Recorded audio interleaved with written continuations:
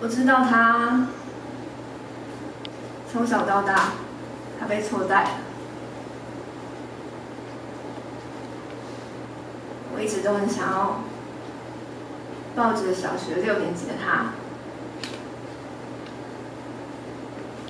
跟他说：“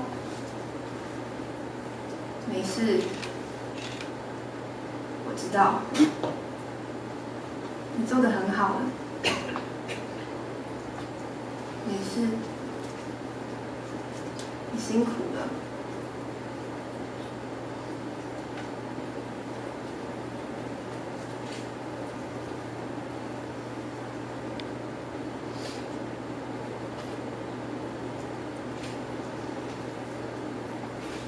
你不是真正的快乐。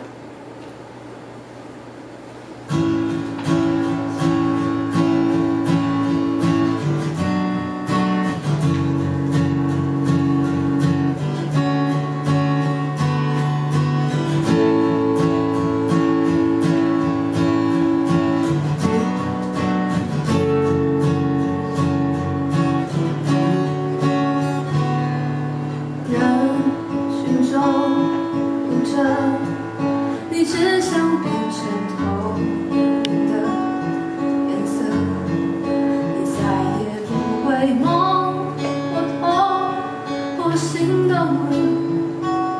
你已经决定了，你已经决定了。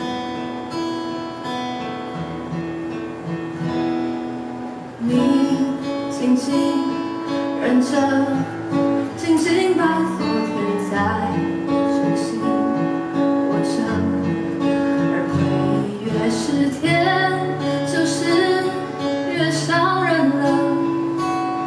于是在手心留下密密麻麻。